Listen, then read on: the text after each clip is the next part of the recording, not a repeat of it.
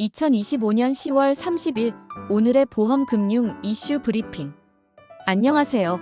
주요 보험금융 소식을 전해드립니다. 배당 여력 부족, 보험업계 또 제도 손질 예고. 보험업계가 배당 여력 확보에 어려움을 겪는 가운데 금융위원장이 해약 환급금 준비금 제도의 추가 완화를 검토하겠다고 밝혔습니다.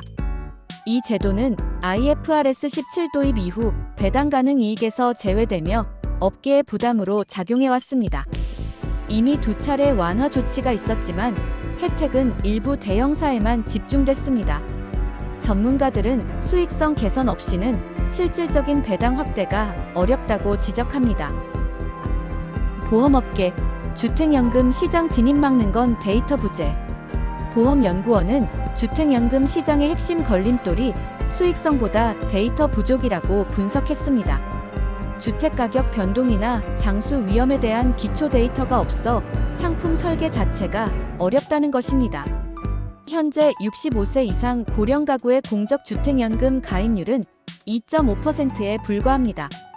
전문가들은 영국, 호주처럼 정부가 공적 데이터를 개방하고 자본 규제를 완화해야 민간 시장이 성장할 수 있다고 조언합니다. 삼성화재, 건강고지형 보험 출시, 최대 26% 할인.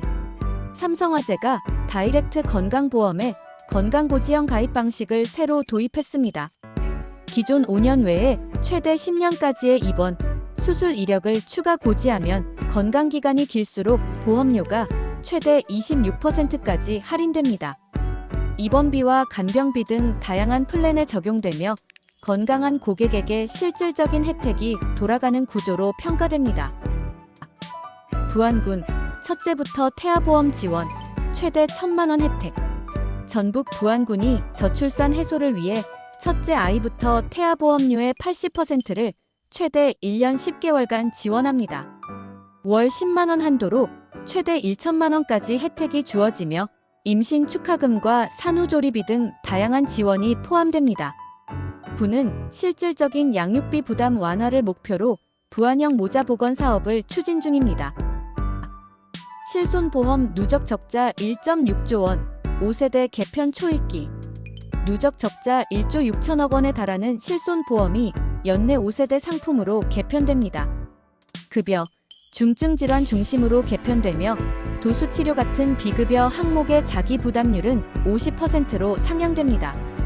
보험료는 절반 수준으로 낮아질 전망이지만 업계는 비급여 진료 통제가 병행되지 않으면 근본적 해결이 어렵다고 우려합니다. DB손보, 해외 중입자 치료비 직접 결제 서비스 도입. DB손해보험이 업계 최초로 중입자치료 보험금 지불 대행 서비스를 도입했습니다. 고객이 1억 원이 넘는 치료비를 먼저 납부하지 않아도 협력업체가 병원에 직접 결제합니다. 이로써 거액의 선납금 부담이 사라지고 환자는 치료에만 집중할 수 있게 됐습니다. 보험사 의료자문 투명성 논란, 특정 의사 편중 심각. 보험사의 의료자문이 보험금 지급 거절의 근거로 악용된다는 비판이 제기됐습니다. 생보사 의료자문의 77%가 보험사가 직접 선정한 의사로부터 이뤄졌으며 특히 삼성생명과 삼성화재는 특정 의사에게 자문이 집중된 것으로 드러났습니다. 의료자문 동의 후 보험금 부지급률이 높아지는 경향도 나타나 전문가들은 제도 신뢰 회복을 위한 공정한 자문 절차가 필요하다고 지적합니다. 지금까지 보험금융 이슈 브리핑이었습니다. 시청해주셔서 감사합니다.